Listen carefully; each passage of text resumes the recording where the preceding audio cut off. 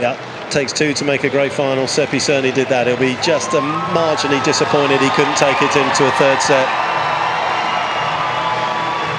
Let's get down to Brett Phillips with the presentation. Well, ladies and gentlemen, what an amazing atmosphere here on Ken Rosewall Arena tonight. We thought coming in that on paper it was going to be a pretty tight matchup, and it proved to be the case. But if there's one place you'd love to win your first ATP World Tour title, it's at home in Sydney.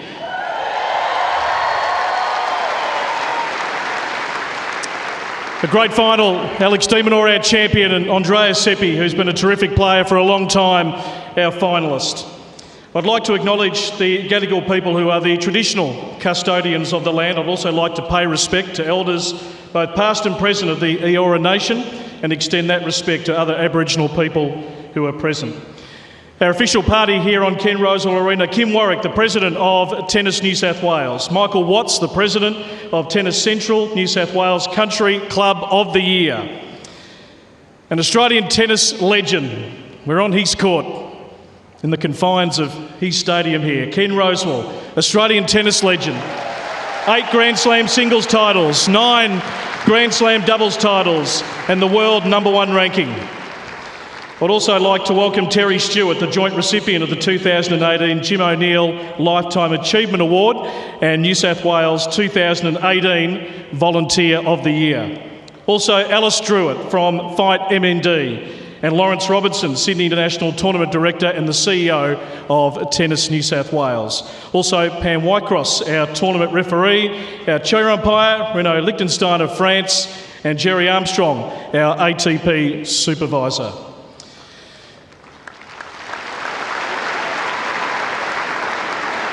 Well, the Sydney International has joined the rally against motor neurone disease, appointing Fight MND as the tournament's official charity for 2019. The Sydney International has donated $20 for every ace served during the Sydney International, and was doubled to $40 for each ace throughout yesterday's Fight MND Friday. The battle against MND is a cause close to the hearts of those in the Australian tennis community, with the disease claiming the lives of some of our very own. Brad Druitt, former CEO and President of the ATP, Angie Cunningham, and also Peter Doohan. Together, we'll help raise awareness and funds in the fight for a cure against this debilitating disease, and ensure others don't lose their battle against MND in the future. You too can show your support by purchasing an official Fight MND blue visor, which I'm sure you've seen around the Sydney Olympic Park over the last few days, from the BLK merchandise store or online at fightmnd.org.au. An amazing 604 aces have been served over the past week, and that amounts to $12,080. The tournament has also assisted with other fundraising efforts throughout the past week, and also at the recent Tennis New South Wales Awards. I'd like to now call on Tournament Director Lawrence Robinson to hand over a cheque for a total of $21,000 to Alice Druitt, the daughter of the late Brad Druitt and Fight MND Ambassador, on behalf of Fight MND.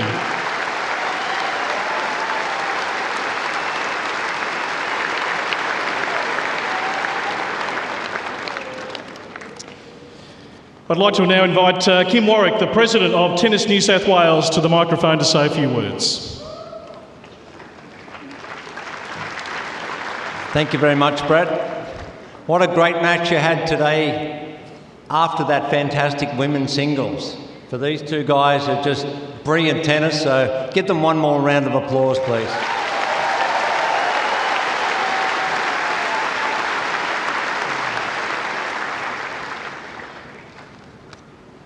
I need my glasses. Over the past 7 days, we've had 65,000 spectators come through the Sydney International, which is a record for this stadium, and that could be a testament to Mr. Kenny Rosewall. They like coming here to his place.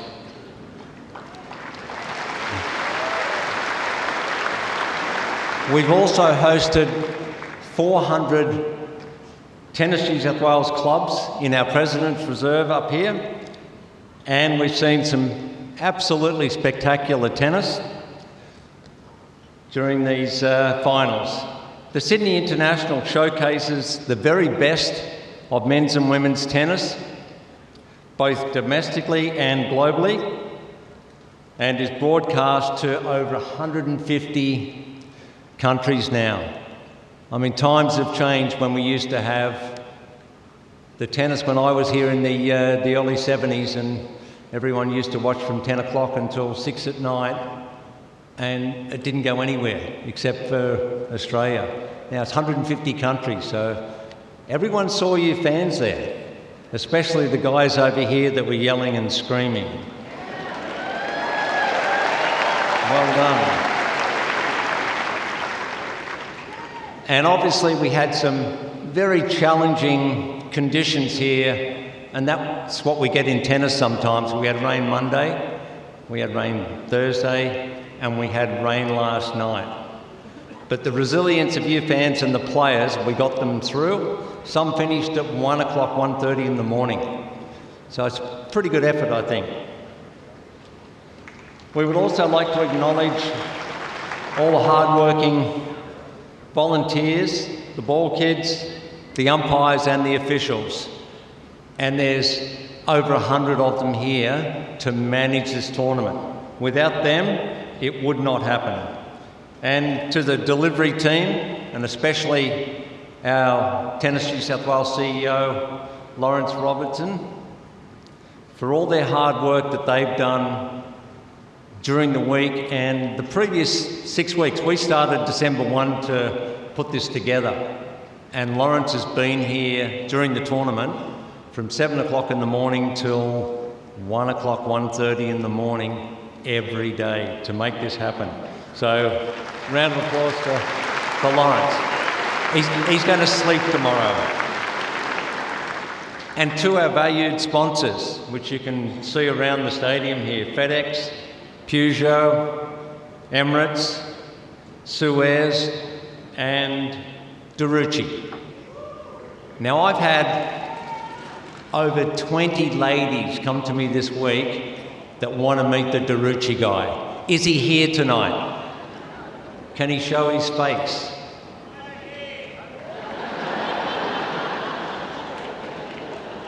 No one wants you, I'm sorry.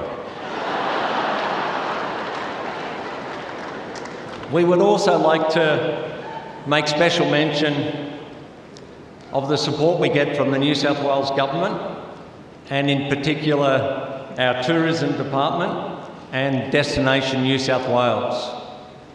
There's so many sporting events these days that are funded by baby boomers and tourists that just want to come and see a great event. And so the government gets behind these and puts them on so you can see the best in the world. And of course, our new Channel 9 broadcast, it's been fantastic so far, and I'm sure they're going to eclipse whatever has been done before at the Australian Open next week.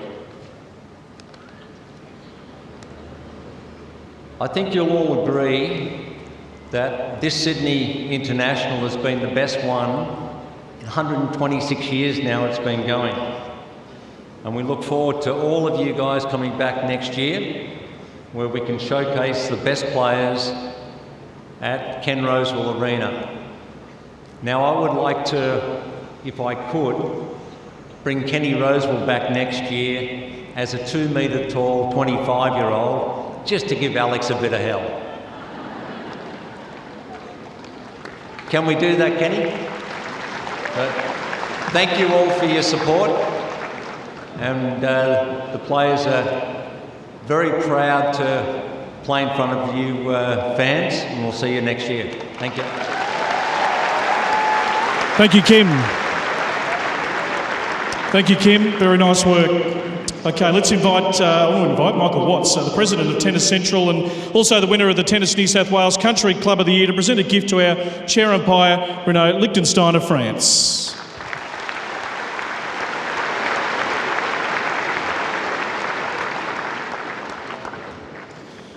I'd like to now invite Terry Stewart, former president of the Northern Suburbs Tennis Association, the joint recipient of the 2018 Jim O'Neill Lifetime Achievement Award, and also New South Wales 2018 Volunteer of the Year Award, to present the runner-up trophy to Andrea Seppi of Italy.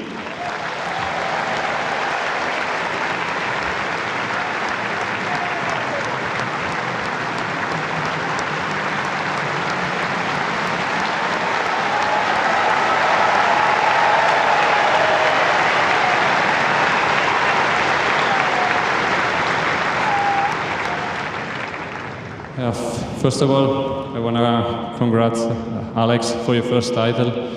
I think it's a special feeling doing it in front of your home crowd, so well done.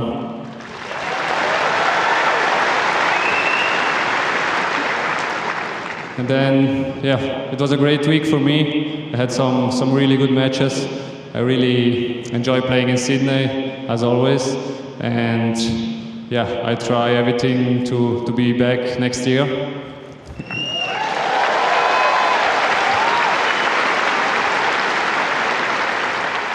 And yeah, I want to thank the Lawrence tournament director, of course all the sponsors, the volunteers, the ball kids, umpires, line umpires, the physios who always help me trying to recover as fast as possible, and of course my box, my wife, Michaela. Thanks for supporting me always. I love you.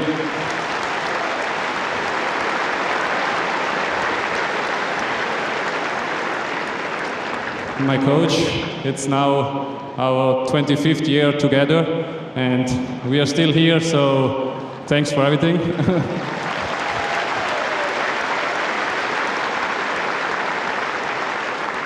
And of course, yeah, Cinzia, Silvia, and everybody in the box, my family at home, who is, I hope, who was watching, and my friends and fans in Boulder, in Colorado, who helped me out this winter for the off-season to get ready for a new season. Thank you. And to all of you coming out this week, thank you.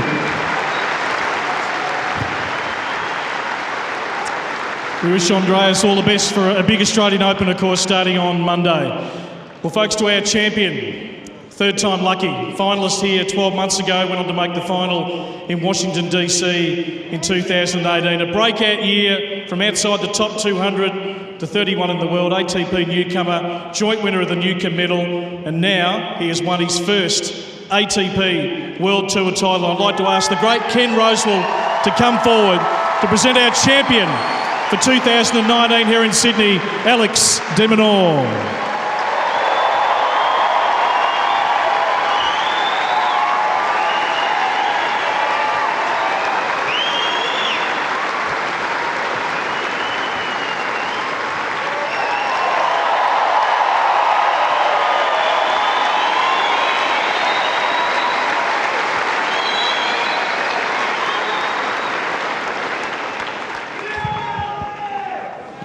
There's plenty of thank yous I have to say, and I've got to start with Lawrence, as always. Unbelievable tournament. It makes me want to come back over and over. I'd like to thank the staff, the volunteers, the line umpires, everyone that pretty much made this tournament possible.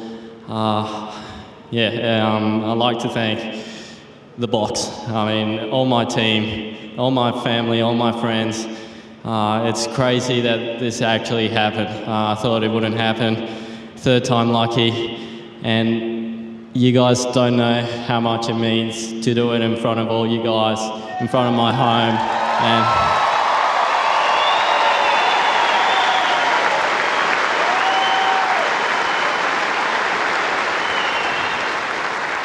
thank you guys for the support all week, all year round, and I mean, there's nothing better than Sydney, is there?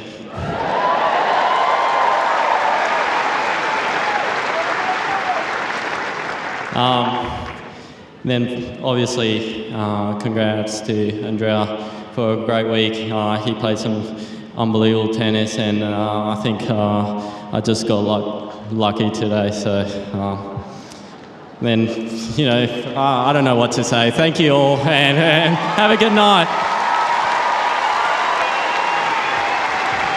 Alex de Minaur adds to the honour roll here in Sydney, our 2019 champion.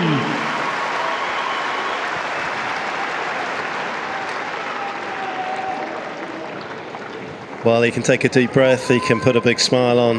De Minaur, his night's work is done, but he doesn't have a long time, of course, to enjoy and revel in this success, because he's got the Australian Open starting on Monday, and he is involved in Monday, as is Seppi as well, who's up against Steve Johnson from America. De Minaur up against Pedro Sousa from Portugal. Not an easy turnaround for them, Fitzy, but for right now, let's focus on all the things that he did well. Apart from the great tennis, handling his emotions. Yes, and he did a day's work as well as a night's work here today. So it's been Correct. a long 15 or 20 hours for him, and he was here late last night, couldn't get on. They called it off last night. He went home to get some sleep, and this day he will never remember as a young player, winning your first title, your first ATP title.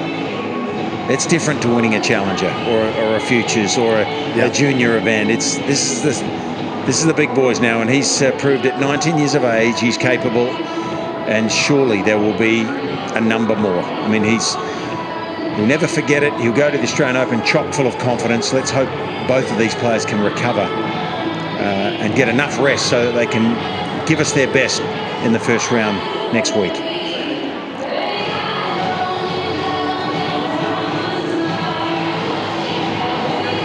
Oh, those are the pictures that will be not just shown domestically but internationally as well, because he is going to be a global star. He's going to be somebody that the ATP Tour is going to use to promote the brand of tennis that we will see as we move into the next generation of superstars coming through, when the others decide that their time is done. And I think at the top of the game you want good people. It's not just about producing champions, it's about producing good people. And he is a good person, so is Andrea Seppi. We've had Federer, Nadal, players of that calibre who have led the game on the men's side for many years. They are good people, and I'm not comparing Alex de Minaur's tennis to those guys yet, certainly yet, that's for sure. But in terms of being a good guy, well, you said earlier it's about winning, and he's a winner. He knows how to win. He's a winner, but I want good people in this sport, Mitch. Yeah. You know, and he's one of them. He deserves to be there. He can really carry the game in Australia and around the world well into the future. I was meaning more when you say you don't want to compare him, and it would be a burden to carry actually to compare him. I appreciate that, but what I'm trying to say is he understands how to win tennis matches. Absolutely. No, he's a champ, a young champion now. I think those adjectives, you know, legends and all of that, there's one in that picture right there, but that's overused in our sport. But on the right, there is a true legend. You know, he will be a wonderful young player for a long time, and that stature of being legend comes after you've won majors, and many of them, and you've been around for longevity. But he is a player to watch, no doubt, for the future.